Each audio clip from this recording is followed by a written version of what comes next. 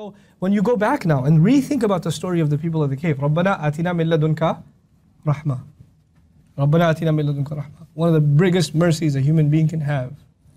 You know, on the one hand, if they are on a path to escaping oppression, is protection. That's protection from outside enemies. But in this journey, in the journey of knowledge, the enemy is not outside. Where's the enemy? Inside. You still need rahmah from Allah. آتِنَا مِن لَدُنْكَ رَحْمَةً آتَيْنَاهُ رَحْمَةً مِنْ عِنْدِنَا. The rahmah given to him is his humility. As a matter of fact, I shared with you what he said to Musa alayhi salam, right? And the last time, you've been taught what I don't know. I've been taught what you don't know. First thing he acknowledges what he doesn't know. And as a matter of fact, first he acknowledged what Musa alayhi salam knows. What he knows and what he doesn't know. This is a rahmah from Allah for someone who's learning to acknowledge that they don't know. To acknowledge that they're still on the path. To acknowledge that they might sometimes cross where they were supposed to go and they went the wrong way and then they have to retrace their steps. Right? This is important because you know when you learn, and by the way, Musa alayhi salam has an assistant next to him, a student next to him. How easy is it for a teacher to admit they're wrong? It's hard. Oh, yeah, that was wrong. That wasn't right. Wait, let me correct myself. It's hard. It's embarrassing. Then the shaitan comes and says, your student is going to think you don't know what you're talking about. You're not really that good of a teacher because you're supposed to know everything all the time. You know? And they say, yeah, well, maybe I did. And then instead of admitting that you're wrong, you say, well, you know, it's complicated. And you start, you know, doing a political speech about how there are circumstances in which this might be acceptable or stop, just admit you're wrong. I didn't know. You know what? Oops. Yep, that was wrong. Cool. I do this all the time with students. I not admit I'm wrong. I make them feel bad for pointing out my mistakes. You know, I'll write, I have to say like sky, and I mistype it as shy or something. And then someone's like, Dad, it says shy on the thing. And I'll retype it as sky and say, no, read carefully. The sky. But means, you know, as a joke, that's fine. But you know what? It's okay to admit your mistake. It doesn't reduce anything from you as a teacher. So that's a little bit about that, you know, that one, rahmatan min indina, how a new light has been shined on it. The rahmah of Allah from outside threats and the rahmah of Allah from the inside, the nafs inside of us that needs to be put into check. May Allah keep all of us in check. Then of course the key words, you know, when he says, قَالَ لَهُ مُوسَى هَلْ أَتَّبِعُكَ عَلَىٰ أَن تُعَلِّمَنِي مِمَّا عُلِّمْتَ رُشْدًا. Could you teach me from what you've been taught in terms of uprightness? مِمَّا عُلِّمْتَ عِلْمًا رُشْدًا. Ilm and rushd have been tied together now. Knowledge and guidance have been tied together, which is an important distinction. Rushdan here, you can even say, is a kind of tamyiz.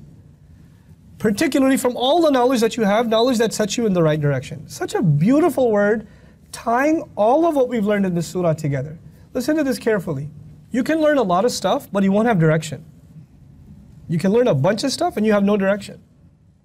You can have, you know, there are people who are nerdy and they have information about all kinds of things. All kinds of things.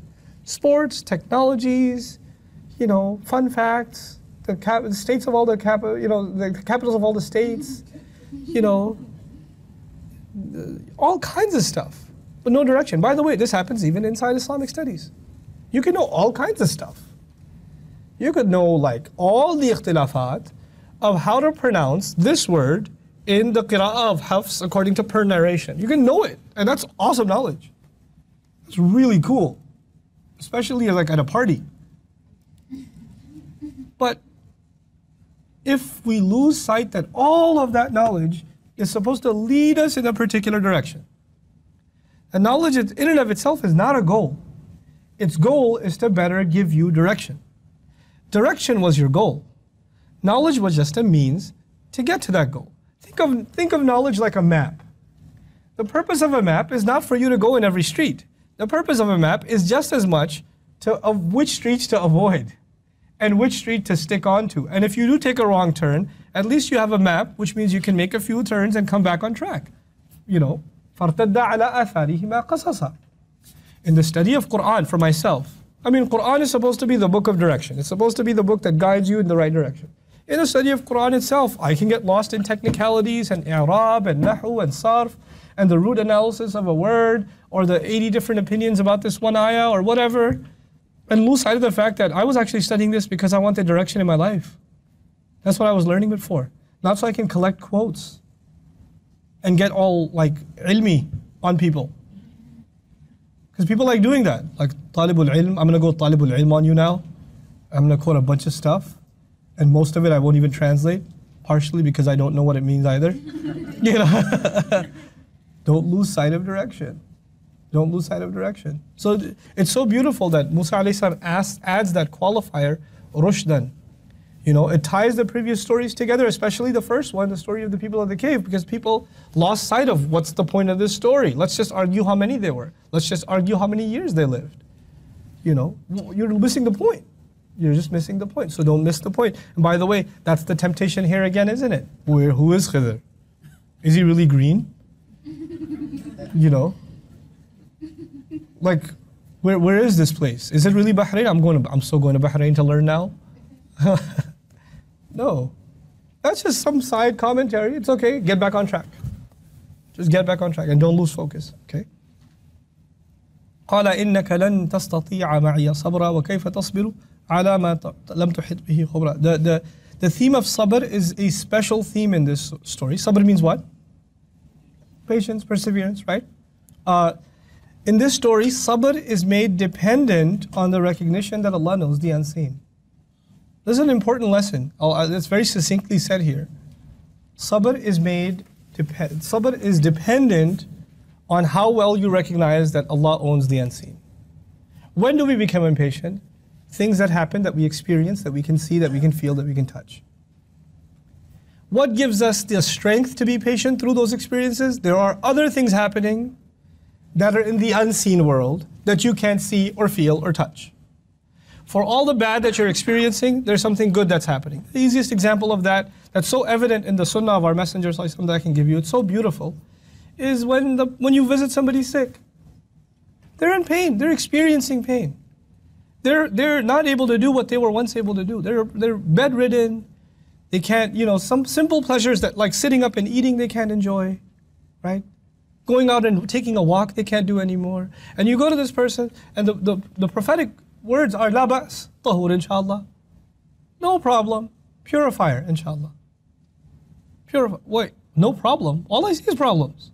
No, in another world, in another reality, a reality you can't see, this is actually not a problem at all. In the grand scheme of things, this is nothing. And then on top of that, your body is actually contaminated. Your body is to be cleansed of an internal contaminant that is keeping it from being healthy. And health and purity go hand in hand. And the exact opposite words, no, this is a purifier. Yeah, it's purifying your sins, it's purifying some other mistakes, it's purifying trouble that if you were healthy you would have gotten yourself into. It's purifying things from your life that you did not want, you did not need. You know, this is the idea of sabr. You missed a flight, you got on the airport and you got security line was super long and you get to the gate and sorry, and they close the gate in front of you as they watch you running. Can I get on? No, the gate's closed. But you were making eye contact with me as you closed the gate. No, but it's closed. It's a policy. Once we close the gate, you can't get on. And then she gets a message on the walkie-talkie. There's a few seats over here. It's Jersey. So, but it's closed. And you're upset. How come they didn't let me on this flight? Oh God, this is so horrible. You know, etc., etc. Actually, maybe there was some evil for you on that flight. You don't know. You don't know if you landed early, something bad was going to happen to you on the way home. Some accident you avoided that now you were never even on that road because you came home 3 hours late the next morning. Something Allah planned, averted from you. We look at the scene and we lose our patience. The entire purpose of the story is to know that there's something. Allah always has a better plan in the background. You will experience things that agitate you, that you don't understand, that I don't understand. But we have to rely that Allah has something better planned for us. That's the lesson that's being taught. And so sabr is actually the lesson learned. That's why it keeps making its appearance again. And that's why, you know, lahu ghaibu samawati wal ard. By the way, even before, about the unseen, Allah alone owns the unseen of the skies and the earth. Rajman bil ghaib came before, people making assumptions about the unseen, throwing stones in the unseen. Now, this was actually particularly important for the Sahaba because the Sahaba were going through a lot of trouble at the time. Like, this is a Makki surah, they were being persecuted. Things did not look good. But Allah Azza wa Jal has something working in the background. Something's happening that they don't realize. Like I'll give you one more example of this, even if it takes the rest of our time. One of the hardest examples to process, if you don't recognize this, is sometimes in the Quran, the Prophet ﷺ is criticized. Like Abasa wa Tawalla, the Prophet's criticized. He frowned, he turned away. Abasa, he bulged on the forehead and he turned away. Right? And how is this a good thing? How is a critique of the Prophet ﷺ a good thing? Or actually the story I just recently taught, the story of Aisha radiallahu anha, how she was slandered. How the most noble woman, I mean this woman did more good. I want you to understand the pressure on this woman, this young woman. A fourth of the traditions of the Prophet ﷺ would not make their way to us if it's not for our mother Aisha. She has one of the most noble tasks, noble responsibilities ever given to a woman in history. And yet, and she is one of the most revered, respected, regarded figures in Islam. In Islam. And yet, Allah put her through, I cannot imagine a more humiliating experience. To be in that profile as she is, and to be accused of cheating on her husband, and to be accused, and her husband being the messenger of Allah, and then if that's not bad enough, people from within her own family buying into it. People from within her own family. And this lasting over the course of a month. That experience, what she went through, is so horrible. It's so bad. This is, and by the way, from the Shari'i perspective, the accusation made against an innocent woman that itself should be whipped. A person who makes such an accusation or even insinuates something like that, right? They should be whipped. And yet, how did the Quran describe it? He says, لا تحسبوه شرا لكم بل هو خير لكم. Don't imagine it to be something evil that happened for you. Rather, it's something good for you. خير لكم. How is that good? It's good in the unseen. But I can tell you some things we can see now that couldn't have been seen then.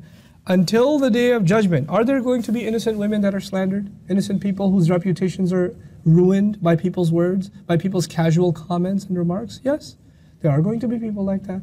And until the day of judgment, those people will receive their strength and will know that their honor has not been tarnished because of the words Allah gave to Aisha radiallahu anha.